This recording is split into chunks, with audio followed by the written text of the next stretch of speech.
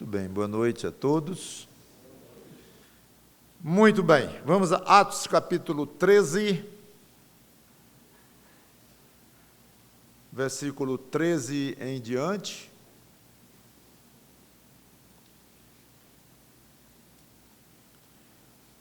Continuando com a primeira viagem missionária do apóstolo Paulo, com Barnabé e com João Marcos, pelo menos por enquanto. Depois João Marcos saiu.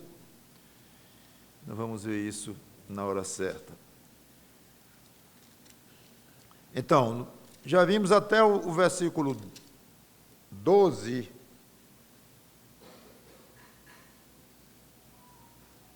Atos 13, versículo 12.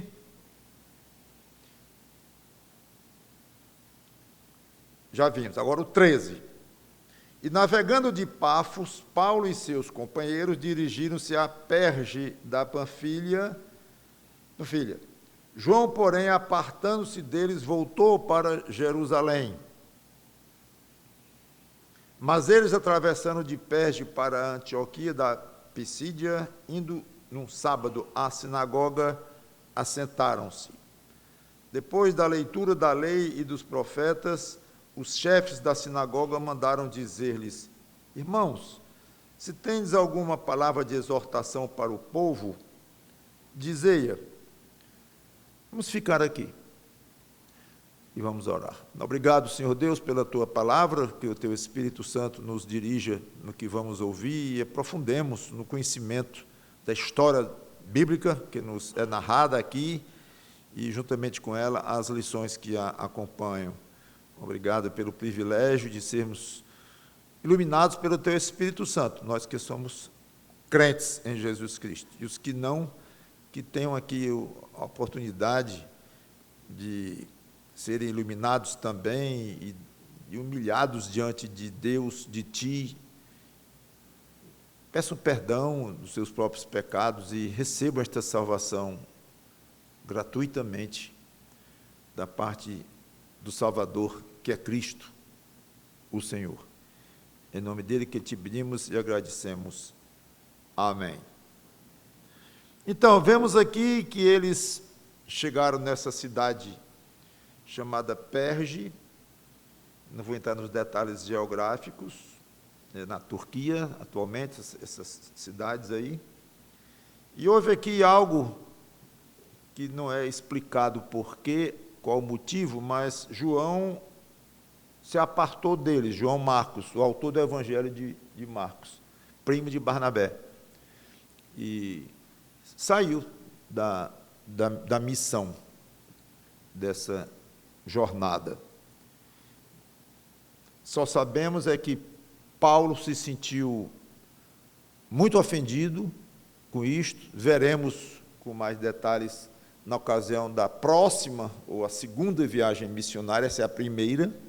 Na segunda, vamos ver que houve um problema entre Paulo e Barnabé, por causa de João Marcos. É muito interessante aí essa discordância e esse arranhão. E houve até bom que mostra que eram homens como nós, e sujeitos a sentimentos, também às suas dificuldades. Mas, por enquanto, vamos deixar assim, sabendo que, como disse alguém, que Paulo considerou uma deserção da parte de João Marcos, como se ele tivesse desertado da missão. Foi muito grave aos olhos de Paulo o que João Marcos fez aqui. Não sabemos o motivo. Seja como for, João Marcos voltou para Jerusalém, abandonou a viagem missionária, e Paulo, então, continua com Barnabé. E eles iniciam aqui, Paulo assume a dianteira, quando daqui para frente que vai falar em Paulo e Barnabé e tal. Primeiro vem Paulo, depois vem Barnabé. Antes, uma ou duas vezes se falou Barnabé, depois Paulo. E Barnabé era um homem importante lá em Jerusalém, amigo dos apóstolos, ajudou Paulo quando Paulo estava em maus lençóis, em dificuldades depois da sua conversão. Explicamos isso tudo.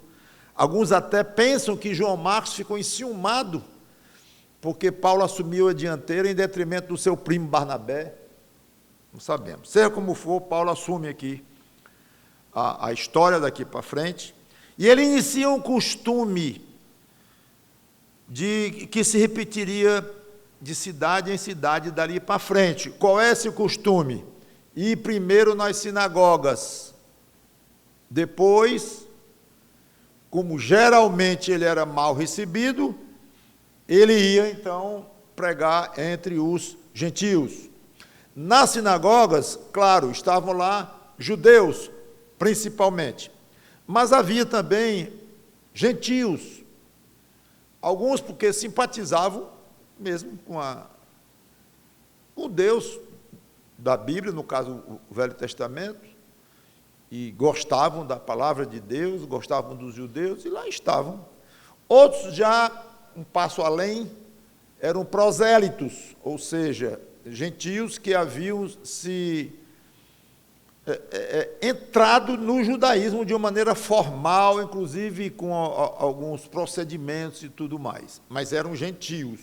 Então, tinha dois tipos de pessoas nas sinagogas, predominantemente judeus, claro, mas tinha um grupo de não-judeus, que Paulo estava de olho neles também, para pregar o evangelho da salvação, como nós vamos ver aqui. Então, muitas vezes, esses gentios ali se constituíam no ponto de partida de Paulo na cidade onde chegava, porque ele ia para as sinagogas, começava a pregar para os judeus e os gentios que lá estavam, especialmente para os judeus. Eles não aceitavam, em sua maioria, rejeitavam a pregação de Jesus Cristo como Messias deles. E havia então um choque. Aí Paulo saía, ia falar com os gentios, ia pregar para os gentios, só que já levava com ele, ou já aproveitava como ponto de partida a evangelização daqueles gentios que estavam nas sinagogas. Então, era um critério muito inteligente de Paulo, em que ele alcançava as duas coisas ao mesmo tempo. Ia para as sinagogas, seguindo o princípio, como o próprio Jesus falou, primeiro aos judeus, Paulo, ele próprio depois também disse, primeiro aos judeus, depois aos gentios. A salvação é oferecida a todos, mas naquela época, pelo menos, e depois ainda haverá o retorno de Israel como o povo escolhido de Deus para brilhar neste mundo. Então, Paulo quis honrar este princípio de que primeiro aos judeus. Jesus resistiu a fazer milagres para gentios. Teve uma mulher lá que pedia, que disse que os cachorrinhos comem das migalhas que caem da mesa dos seus donos, né? É que ele resistiu. Não, eu fui enviado somente para as ovelhas perdidas da casa de Israel. Frase forte do Senhor Jesus Cristo, né? Mas era uma forma dele dizer que era uma prioridade, era em primeiro lugar, mas ele deixou sempre claro que ele estava aberto a todos, tanto que atendeu a esta tal mulher. Acho que eu já preguei aqui sobre esta passagem. Muito bem. Eles estavam lá na sinagoga e, de alguma maneira, eles agradaram os chefes lá da sinagoga, que fizeram uma coisa que não era muito excepcional, era costume, convidar pessoas que estavam lá de passagem para, depois da exposição, eles tinham toda uma sequência de exposição de livros do Velho Testamento, e então eles convidavam alguém que aparentava que tinha uma certa condição de dizer uma palavra, então eles convidavam para a pessoa falar. Era um costume deles, nada que muito especial.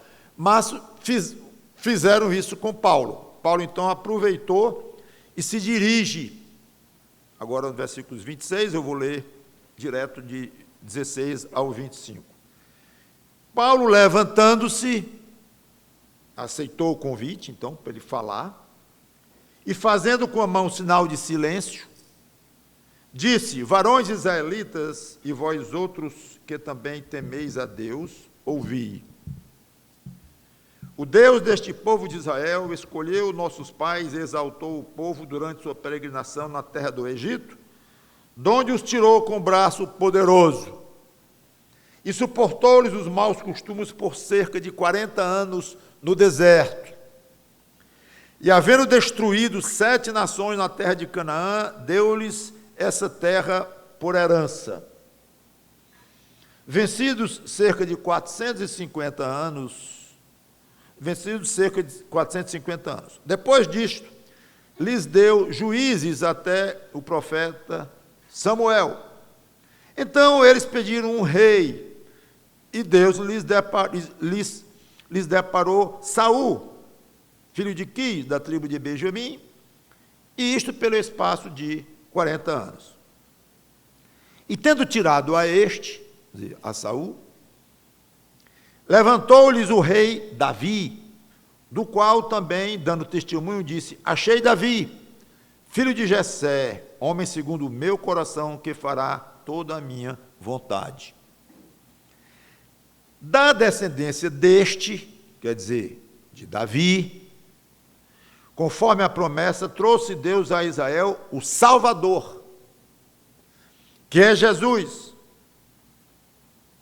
havendo João primeiro pregado a todo o povo de Israel, antes da manifestação dele, batismo de arrependimento. Mas, ao completar João a sua carreira, dizia: não sou quem supones, mas após mim vem aquele de cujos pés não sou digno de desatar as sandálias. Então, Paulo resume a história de Israel, lembra um pouco o longo discurso de Estevão, lá no capítulo 7, lembra um pouco alguns discursos iniciais de Pedro, que já vemos lá no comecinho do livro de Atos. É muito interessante a comparação dos três discursos, pontos comuns, algumas diferenças, mas não vou entrar em maiores detalhes aqui. O fato é que ele apresenta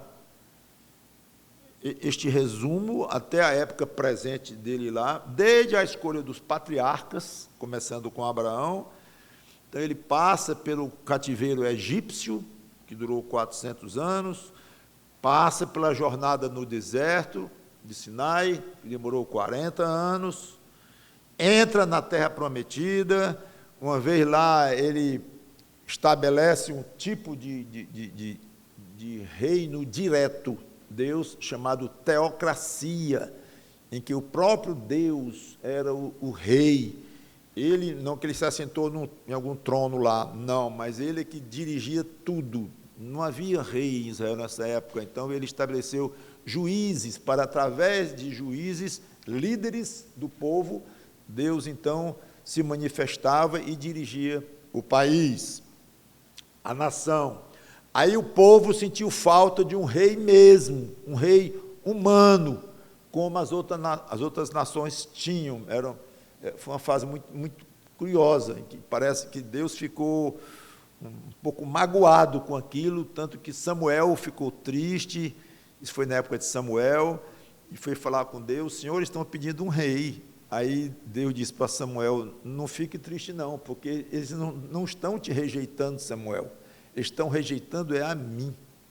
É uma passagem que corta o coração, aquela, em que a gente vê a sensibilidade de Deus sendo rejeitado pelo povo, quando diz: não, esse tipo de reinado direto de Deus a gente não quer não, a gente prefere um rei mesmo como as outras nações têm. Só que Deus havia previsto isso lá para Moisés, aí 300 e tantos anos antes, 200 a 300 anos antes, ele havia prometido, ele havia dito a Moisés que isso ia acontecer, e de fato aconteceu. Então Paulo diz: eles pediram um rei, aí Deus suscitou Davi. Aí fala, aí, no rei Davi, primeiro foi Saul, que Deus tirou, aí veio Davi, um homem segundo o meu coração, como Deus disse, que vai fazer de acordo com a minha vontade. Então temos palavras aqui muito positivas acerca de Davi.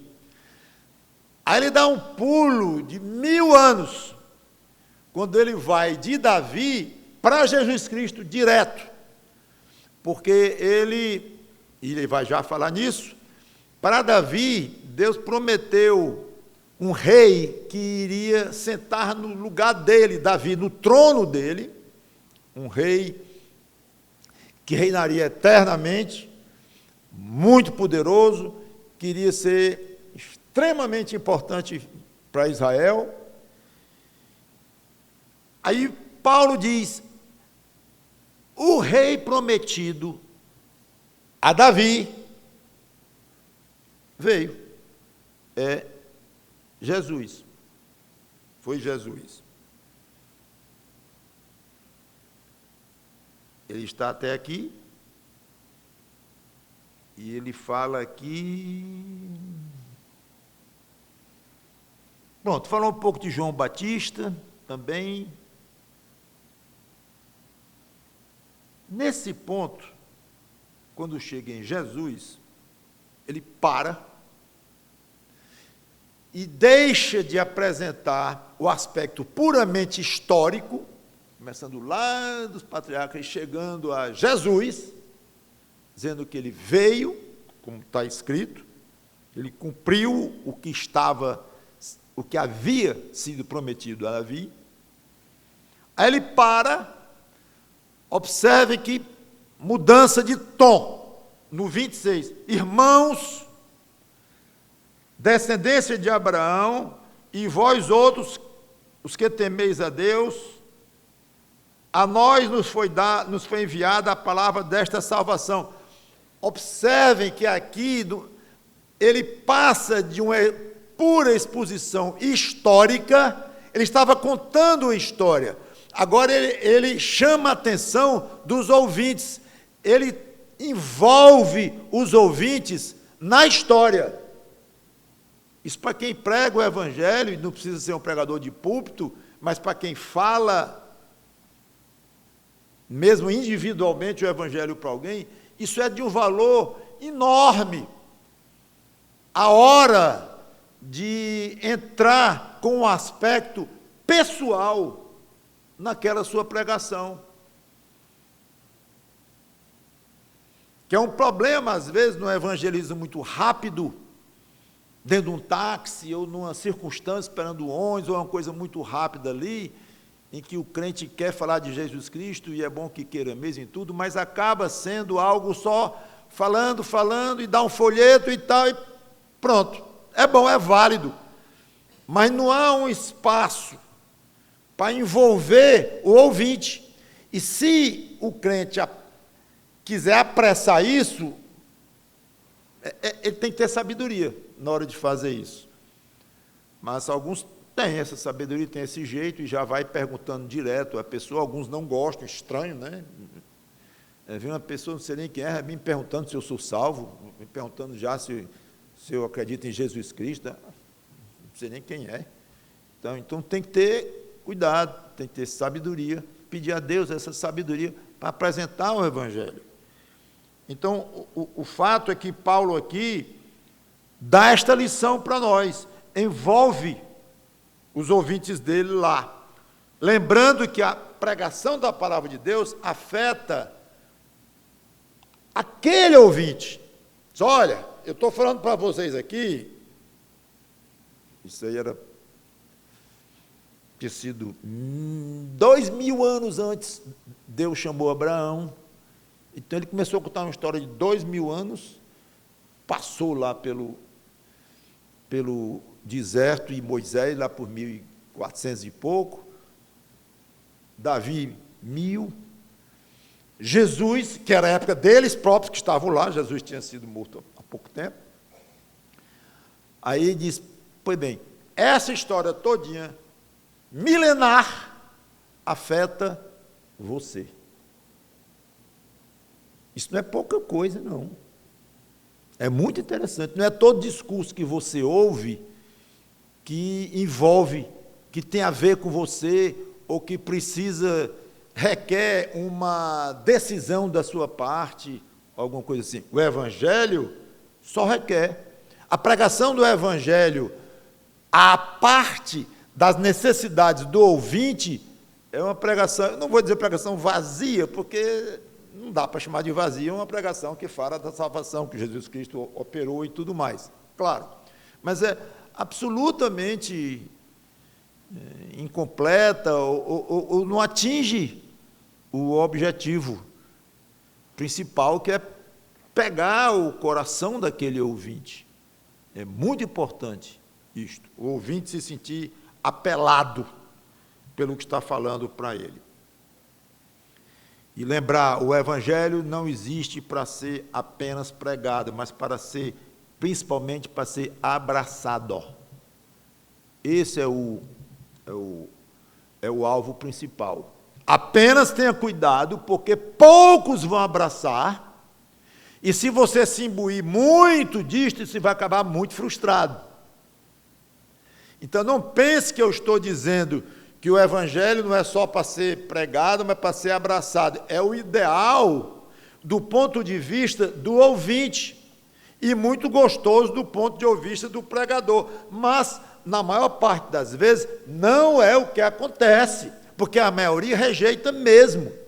Então nós pregamos o Evangelho, tentamos aplicar para o ouvinte, tentamos fazer com que ele abrace aquele Evangelho, e ele não abraça, ou rejeita de uma maneira forte, ou simplesmente ri educadamente, que vai pensar e tal, mas não aceita. Então não adiantou nada a minha vida de pregador ou de evangelista pessoal, é um fracasso. Por quê? Porque ninguém abraçou o Evangelho. O pastor disse que o Evangelho é para ser abraçado antes de ser pregado. Pouca gente abraçou, ou ninguém, na minha exposição, então, um fracasso. Não, você não foi um fracasso, você foi um sucesso absoluto, absoluto, absoluto, porque você fez o que lhe cabia fazer. Você não pode fazer alguém abraçar o Evangelho pela sua própria vontade, pela sua insistência, pela sua sabedoria, pela sua capacidade de argumentação. É como tem alguns que, em algumas igrejas por aí, que na hora que o pastor faz um apelo e tal, aí tem uns que dizem, eu nunca vi, mas que pega o braço do ouvinte lá e levanta, diz, esse aqui quer aceitar Jesus, tem que aceitar, né? Quase arrastando o pobre coitado lá para frente, para dizer que mais um aceitou Jesus e tal. Não é assim. Homem algum vai botar na cabeça do outro se converter a Jesus Cristo. Esse é um trabalho do Espírito Santo. Nós fazemos o que nós somos ordenados a fazer. Agora, que é muito gostoso quando o Evangelho que nós pregamos, ele é abraçado pelo nosso ouvinte, claro, é um presente de Deus para nós. Muito bem, 27 em diante. Pois os que habitavam em Jerusalém e as suas autoridades, não reconhecendo Jesus, nem os ensinos dos profetas que se leem todos os sábados, quando condenaram e cumpriram as profecias. E, embora não achassem nenhuma causa de morte, pediram a Pilatos que ele fosse morto. Falando de Jesus. Depois de cumprirem tudo que a respeito dele estava escrito, tirando-o do madeiro, puseram-no em um túmulo. Mas Deus o ressuscitou dentre os mortos. E foi visto muitos dias pelos que com ele subiram da Galiléia para Jerusalém, os quais são agora as suas testemunhas perante o povo. Nós vos anunciamos o evangelho da promessa feita a nossos pais, como Deus a cumpriu plenamente a nós, seus filhos, ressuscitando a Jesus, como também está escrito no Salmo 2, tu és meu filho, eu hoje te gerei. E que Deus ressuscitou dentre os mortos, para que jamais voltasse à corrupção. Desta maneira o disse, e cumprirei a vosso favor as santas e fiéis promessas feitas a Davi. Por isso também diz em outro salmo, não permitirás que o teu santo veja corrupção. Porque, na verdade, tendo Davi servido à sua própria geração, conforme o desígnio de Deus, adormeceu. Foi para junto de seus pais e viu corrupção. Porém, aquele a quem Deus ressuscitou não viu corrupção. Aqui há um emaranhado de citações, Salmo 2, Salmo 16, de vários salmos aqui sendo citados, e eu não vou detalhar cada uma, apenas dizer que Paulo disse: Jesus veio cumprindo o que Deus havia prometido a nossos pais, a Davi. Ele veio e mataram-no, sem motivo, sem razão. Mas a Bíblia nunca se constrangiu com a soberania de Deus e, sem a menor cerimônia, disse assim: agora tem um detalhe, quando o mataram, estava cumprindo a vontade de Deus, estava previsto que ele ia morrer. Deus quis assim. É curioso. E ao mesmo tempo diz, mas são responsáveis. Paulo aqui até que não foi muito explícito na condenação daqueles que mataram Jesus, ou que gritaram mata, ou mato e tal. Pedro foi fortíssimo, como vocês já viram, pelo menos uns dois discursos dele que eu chamei a atenção. Aqui Paulo bate na mesma tecla, mas de uma maneira mais, não tão forte, mas ele diz, mataram, sem razão. Ok, e assim Deus cumpriu as promessas. Mas também estava prometido que esse Jesus, essa pessoa, esse personagem iria ressuscitar. Aonde? E ele cita aqui. Então, literalmente, ele cita 2 salmos, o 16 e o 2. Ambos de Davi. E o curioso é que Davi escreveu: não permitirás que o teu santo veja corrupção, lá no Salmo 16. Está falando de quem?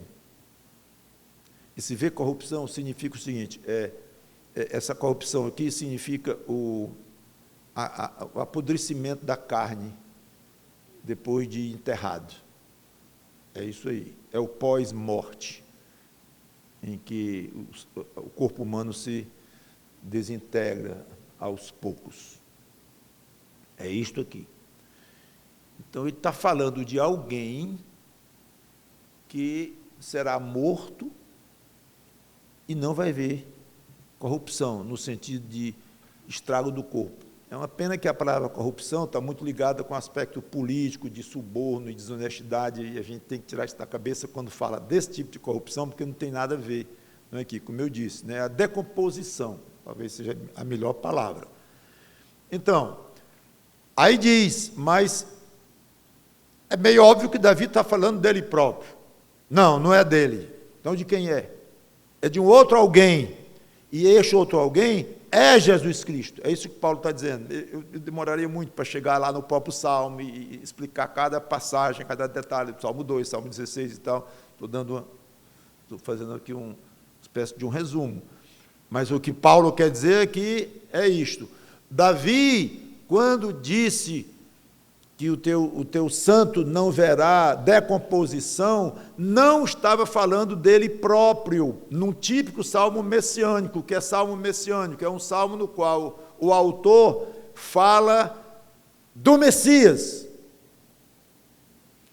Pode falar de si próprio, e às vezes fica um tanto quanto quase óbvio que ele está falando de si mesmo, o salmista, mas logo na frente você vê que também é óbvio que ele não está mais falando de si mesmo, que ele está falando de uma outra pessoa. Esses são os salmos messiânicos, são assim. Então há um mix de passagens claras que se referem ao autor especificamente, e outros que é ao não autor, não está se referindo ao autor, mas lá na frente ao Messias. E há passagens dúbias, em que não se sabe bem a linha, quando se fala num ou fala no outro. Mas são salmos espetaculares, porque eles mostram claramente o futuro do Messias.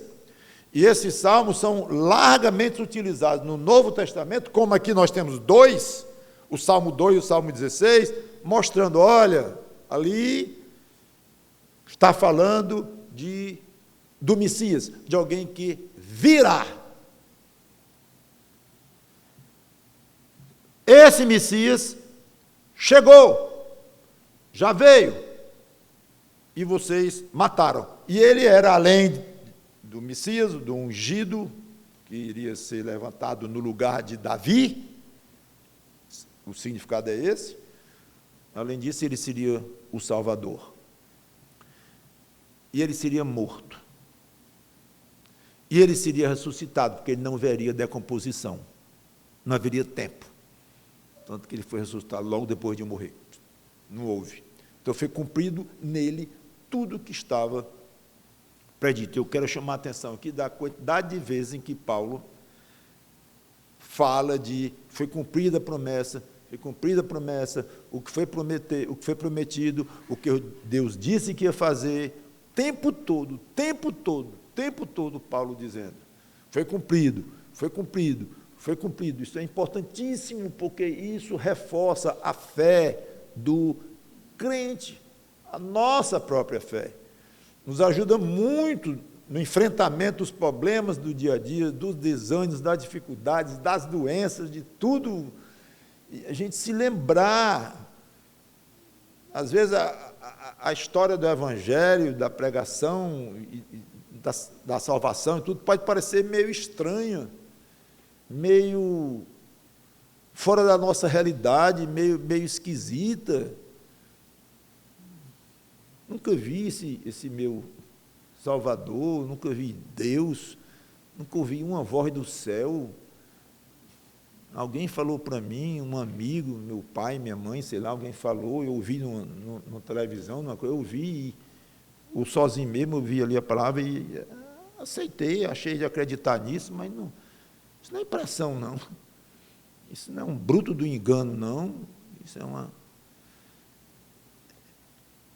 O crente, às vezes, pode andar por esses caminhos meio apavorantes, em que ele fica assim, quase em pânico, de que estou perdendo a fé, eu estou balançando, eu estou caindo na real, estava meio enfeitiçado, meio magnetizado,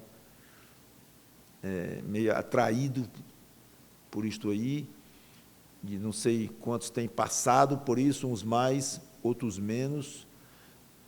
Saiba que não é fim de mundo, não é anormal isso acontecer, isso não significa que você não é crente. Pessoas que nascem no lar cristão, os pais já são crentes, são mais chegadas a esse tipo de crise, porque eles cresceram vendo aquilo e o pai e a mãe ali mostrando e dizendo, às vezes pressionando, talvez até demais, às vezes me preocupa que os pais crentes, seus filhinhos puxam demais, botam para cantar na escola dominical, que eu pessoalmente não gosto disso, de criança cantando Jesus, meu Salvador e tal. Eu nunca mexi nisso, nem vou mais, agora que eu não vou mesmo, o tempo já passou. Mas eu nunca gostei de colocar crianças para cantarem que Jesus é meu Salvador, Jesus me levou para o céu, vai me levar para o céu, coisa assim. Vai não. Se você não se converter, não vai não. Eu sei que também os hinos pregam a necessidade de salvação, eu sei que os professores se preocupam com isso, eu sei disso, não estou criticando gratuitamente. Mas é importante esse aspecto de como é que a criança é educada, como é que ela é ensinada, e às vezes a mãe dá uma forçada, ou o pai, e a igreja onde os pais levam o filho também dá uma forçada boa, e isso muitas vezes não é bom, porque acaba sendo uma decisão ou uma conversão, entre aspas, e aquilo vai angustiar o adulto que vai se transformar, em que aquela criança vai se transformar, pode angustiar bastante, e saber se foi real, se não foi real, se precisa realmente tomar uma decisão por Cristo. Isso é complicado. Eu converso com os jovenzinhos, filhos de crente, a gente vê isso, às vezes fica assim, Mas não tem outro jeito, não é culpa de ninguém, né? Mas você é crente? Sou. E o batismo? Estou pensando. E tal, diferente de um adulto que aceita Jesus Cristo e insiste, e gosta, e vibra, muito de acordo com suas personalidades. Alguns são mais quietões, outros são mais, assim, falam mais e tal, mas de qualquer maneira o adulto ele é mais firme naquilo que ele faz, né? Então a gente tem que ter, tem que saber que pode ocorrer momentos assim de crise de fé. Em momentos assim é que uma ocasião dessa em que eu estou jogando luz numa pregação, no caso de Paulo, e ele dizendo, Cristo, Deus prometeu e cumpriu, Deus prometeu e cumpriu, Deus prometeu e cumpriu, prometeu para Abraão, cumpriu, para Isaac, cumpriu, Jacó, cumpriu, muitas coisas, algumas ainda não, outras sim, mas as que foram cumpridas devem servir de auto-incentivo para nós crermos nas que ainda não foram cumpridas. Você quer ver uma que não foi cumprida? Você ir para o céu. Embora não é uma profecia que esteja na Bíblia, tudo bem, eu estou falando de profecias bíblicas. Mas você pode dizer, com base em profecias bíblicas, eu vou para o céu. Porque eu me arrependi, pedi perdão a Jesus Cristo e tal, fiz tudo isso aqui, eu vou para o céu, tenho certeza. Não há uma profecia sobre a minha pessoa especificamente, mas sobre o meu caso, na Bíblia fala. Concordo. E não se cumpriu isso. Bom, primeiro você não morreu ainda, né? Mas, seja como for, tem muita coisa ainda não cumprida e não vista pelos nossos olhos. Os nossos sentidos são muito importantes. O cheiro, o ouvido, o que a gente vê, enxerga, o falar, a interação pessoal, não existe entre nós e Deus, nos nossos 5 sentidos. Não existe.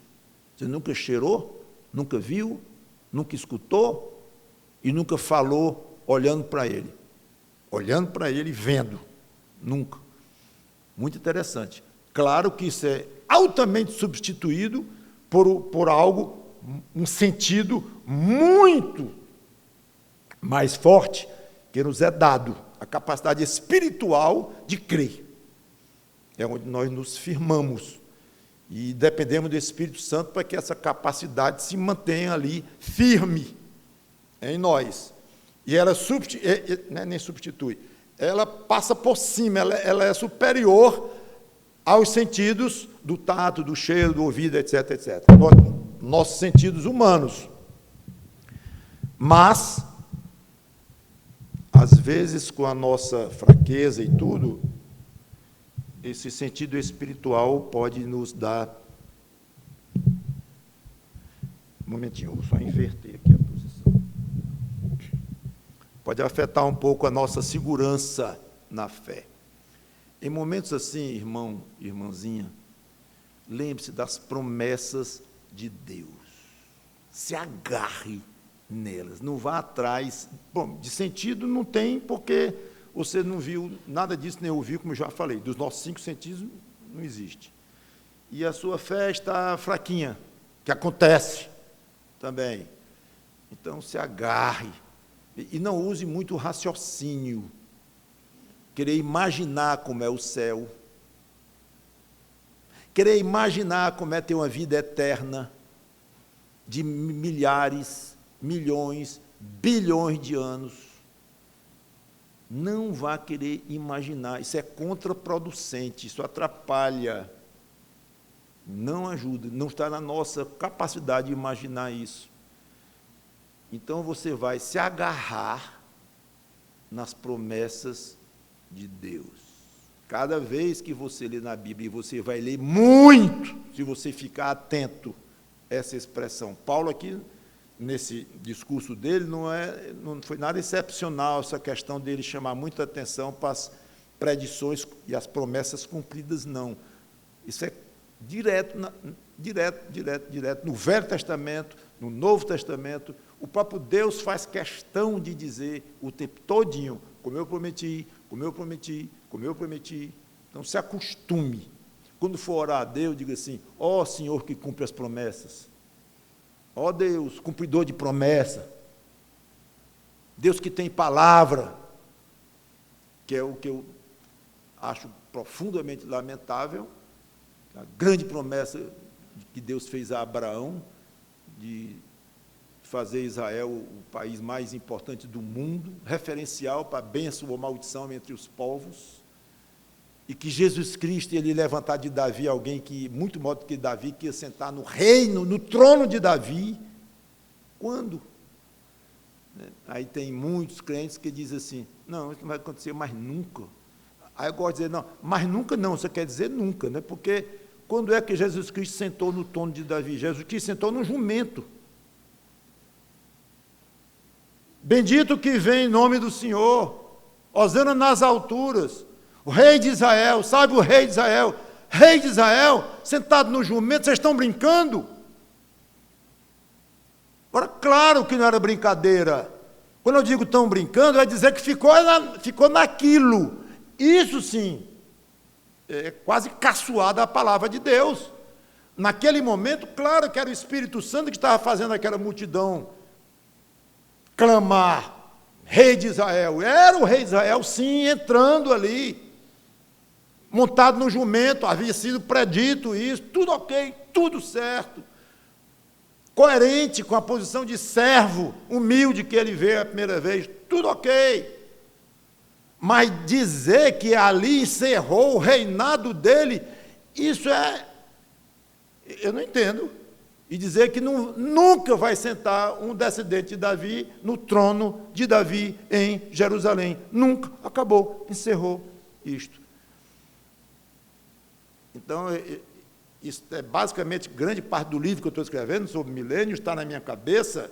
Então, essa questão eu estou acompanhando isso passo a passo desde Abraão, às vezes em que Deus diz, olha, eu prometi, e Abraão, o próprio Deus insiste em estar lembrando disso. Então vamos lançar mão fortemente, ousadamente, e dizer, Senhor, em nome de Jesus Cristo, eu acredito, eu creio nas tuas promessas, não entendo coisa nenhuma, não gosto de milênio, pré-milênio, amilênio, tribulação, eu não sei como é isso não sei juntar uma coisa com a outra, e não sei não, e eu não sei imaginar como é a vida eterna, e eu sei que hoje houve uma discussão boa lá numa classe dominical, que o corpo que nós vamos ter é parecido com o de Jesus, não é igual, mas não é igual meio parecido, e fica ali a discussão. Eu não entendo bem isso não, e os teólogos lutam por muitas outras coisas até hoje, batiza criança, não batiza criança, é errado batizar criança, não é errado, e vai, e vem, e vai. Senhor, eu não quero saber nada disso. Eu quero saber só uma coisa, é que tu cumpre promessa, que tu fizeste, e tu prometeste salvação para mim, e eu vou ter. Podem me matar para eu negar isto, com fogo na frente, como aconteceu com muitos crentes, e ainda hoje acontece. E eu te peço coragem para ter a virilidade, a dignidade de dizer, não nego, eu creio nas promessas de Deus.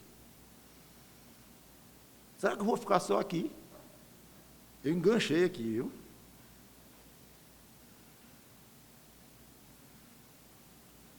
Aí vai ouvir pregação de escritor, até o que dá.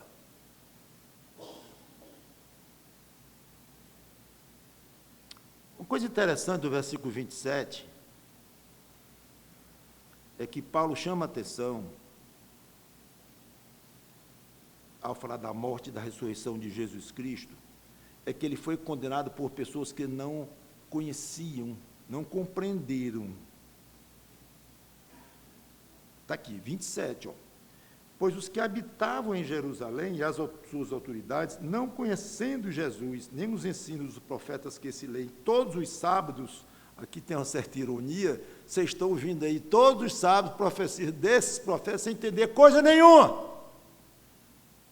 Essa que é a verdade.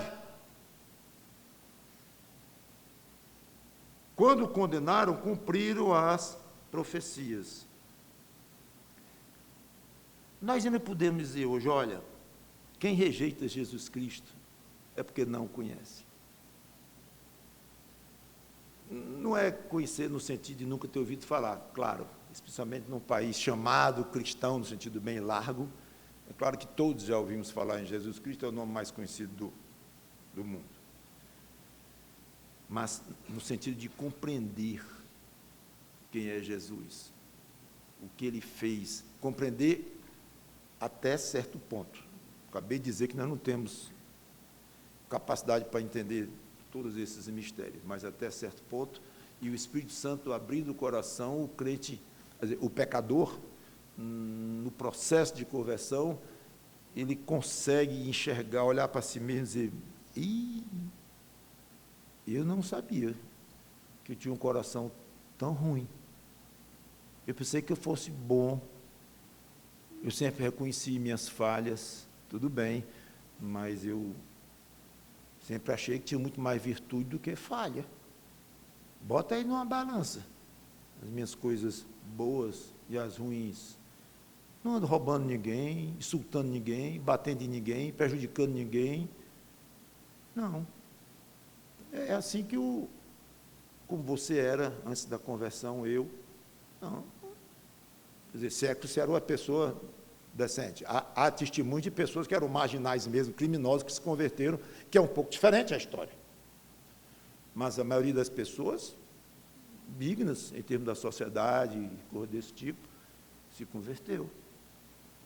Mas alguém assim não consegue chegar por dentro e ver o estado do coração dele e dizer assim, esse não presta. Aqui não tem nada que se aproveite. E eu faço as promessas todo ano para Deus, todo começo de ano, eu prometo isso, prometo aquilo, não cumpro nada, para se piorar. Algumas coisas até que eu consigo, porque eu esqueço, deixo de fazer aquilo, não tenho mais, cansei, aí arranja outro pecado, outro vício, outra coisa. Ele não enxerga, mas o crente, olha, iluminado pelo Espírito Santo, ele enxerga, e ele entende. É esse tipo de compreensão.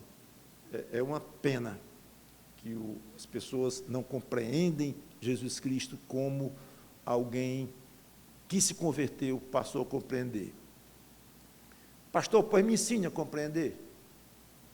Eu vou lhe ensinar 4 passos. Primeiro, acenda logo uma vela com incenso que eu vendo e ganho 50%. Aí depois, você... Para, charlatão.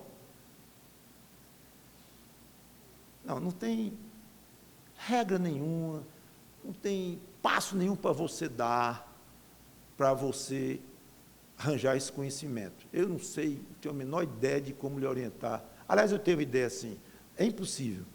Vamos direto ao ponto, é impossível. Então, eu não tenho nada para fazer? Tenho. Pedir a Deus. É o conselho que eu dou para quem não tem Cristo como Salvador. É este. Peça a Deus, Senhor, me dá a convicção, aqui dentro, quem é Jesus Cristo, porque eu não o conheço. Se até hoje eu não aceitei como meu Salvador pessoal, e entreguei minha vida totalmente aos pés dele, é prova de que eu não o conheço. Porque se eu conhecesse como o Espírito Santo pode fazer com que eu conheça, eu vou cair aos pés dele. E eu estou com inveja danada de quem disse que aconteceu isso na sua vida, e quem passou por essa experiência, e hoje se diz crente, e diz que tem a vida eterna. Eu já chamei pessoas assim de arrogantes e tudo mais, mas eu estou vendo que eles não são arrogantes, não, eles estão convencidos mesmo. Pois eu não estou. Pois me dá essa convicção, Senhor, me ajuda, abre meu coração. Isso você pode fazer. Isso você pode fazer. Pedir a Deus essa iluminação para conhecer. Paulo diz, mataram Jesus Cristo, não conheciam Jesus Cristo. Mas aí vem, isso não é uma desculpa, porque logo diz, não conheceram e nem os profetas. Não, mas é porque a gente mora lá na África, junto com os índios. Não, vocês estão ouvindo esses profetas nas sinagogas, toda semana. Paulo foi em cima. A aplicação disso para hoje é perfeita. Não conheço Jesus, eu não tenho culpa. A Bíblia mesmo diz que ninguém pode compreender, ninguém vem a Deus, a não ser por Jesus Cristo. Ele próprio disse, Jesus, o pastor vive falando lá que eu não tenho capacidade de enxergar Jesus como Salvador, de me enxergar como pecador ao ponto de me arrepender de uma maneira aceitável por Deus. Vive dizendo isso. O que eu posso fazer? Palavra de Deus. Você pode chegar na frente de Deus e dizer, eu nunca tive o menor contato com a tua palavra. O índio pode chegar lá e dizer isso. Cada vez menos, né? Porque está cada vez mais disseminado do mundo o evangelho do Senhor Jesus Cristo, com as missões e tudo mais. Então, a quantidade de gente que pode dizer isso está diminuindo muito. Mas mesmo que haja, ele não vai ter desculpa diante de Deus. Eu sei, por outros motivos que a gente poderia argumentar. Mas não é o seu caso, você não é índio. E nem mora lá no meio de uma floresta. Pelo contrário, você tem uma bruta de uma Bíblia em casa. Talvez sua avó lhe deu, sua mãe. E está lá a Bíblia zona bonita, palavra de Deus na sua casa, e Paulo dizendo, vocês ouvem esses mesmos profetas que falavam desse Jesus Cristo, vocês ouvem nas sinagogas, e agora digo eu, e você ouve, você tem esses profetas falando dentro das páginas de um livro fechado. Agora você acha que vai poder chegar diante de Deus e dizer, eu não sabia. Ainda mais sendo avisado, você não tem a menor desculpa. Como eles que crucificaram Jesus Cristo, também não tinham. Sim, cumpriram o que Deus tinha determinado, fizeram o que os profetas diziam, Jesus ia ser morto, foi, ia ressuscitar, ressuscitou, tudo como Deus quis, óbvio.